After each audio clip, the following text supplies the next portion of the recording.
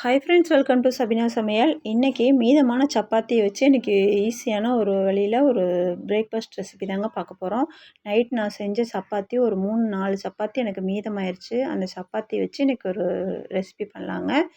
பெரிய வெங்காயம் பொடியாக நறுக்குனது ஒரு 3 வெங்காயம் எடுத்திருக்கேன், 2 முட்டை, ஒரே ஒரு தக்காளி, இஞ்சி பூண்டு பேஸ்ட்டு தேவையான அளவு. இப்போ ஒரு வடைச்சட்டி வச்சாச்சுங்க. கொஞ்சமாக ஆயில் ஊற்றியாச்சு. ஆயில் ஊற்றினதும் ஆயில் நல்லா ஹீட் ஆனதும் நம்ம எடுத்துருக்கேன் அந்த வெங்காயத்தை போட்டுக்கிறேன். வெங்காயத்தை வந்து நல்லா அந்த கண்ணாடி பதம் வரும் பார்த்திங்களா, அந்த ஸ்டேஜ் வரைக்கும் வணக்கிக்கலாம். இது ஈஸியாகவும் இருக்கும், ரொம்ப சூப்பராகவும் இருக்குங்க இந்த ரெசிபி. நம்ம மீதமான சப்பாத்தி வச்சு என்ன பண்ணுறதுன்னு காலையில் யோசனை பண்ணுறதுக்கு இந்த மாதிரி டக்குன்னு செஞ்சால் ரொம்ப டேஸ்டியாக இருக்கும், ரொம்ப விரும்பி சாப்பிடுவாங்க குழந்தைங்க. இப்போ நான் தக்காளியை வந்து உள்ளே போட்டேன். நான் ஆப்பிள் தக்காளி தாங்க எடுத்திருக்கேன், அது வந்து புளிப்பு இருக்காது. இப்போ நல்லா இந்த அளவு வதங்கிருச்சு பாருங்கள். இப்போ வந்து இதுக்கு தேவையான மசாலாவை உள்ளே போட்டுக்கலாங்க. இப்போ இது நல்லா வதக்கியாச்சு. இப்போ 2 சேர்ந்து இஞ்சி பூண்டு பேஸ்ட்டும் இதில் உள்ளே போட்டேன்.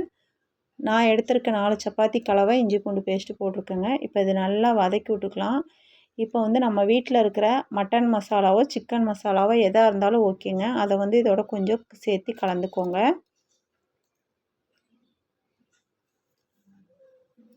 அப்புறம் டொமேட்டோ சாஸும் கொஞ்சம் ஊற்றிக்கலாம்.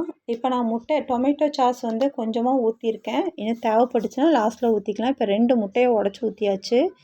முட்டை ஊற்றி ஒரு 1 நிமிஷம் மட்டும் விட்டுட்டு நல்லா இலக்கி விட்டுக்கோங்க. பாருங்கள் ஃப்ரெண்ட்ஸ், முட்டையை ஊற்றியாச்சு. ஊற்றிட்டு இந்த அளவு நல்லா இலக்கி விட்டுக்கலாம். இப்போ இந்த மசாலாவுக்கு தேவையான அளவு உப்பும் போட்டாச்சு.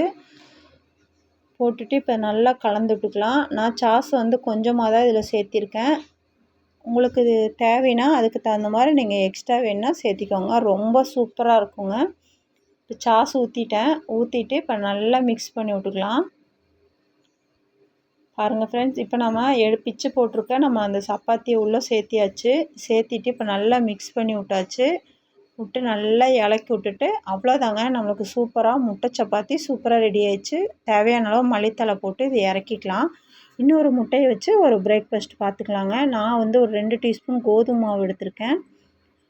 பெரிய வெங்காயம் வந்து ஒரு 3 வெங்காயம் நல்லா லேசாக கட் பண்ணி எடுத்ததுங்க, 2 முட்டை, ஒரு பச்சை மிளகா. இப்போ வெங்காயத்தை கொஞ்சமாக தேங்காய் எண்ணெய் ஊற்றி இப்போ அந்த வெங்காயத்தை போட்டு இப்போ நல்லா வதக்கிக்கிறேங்க.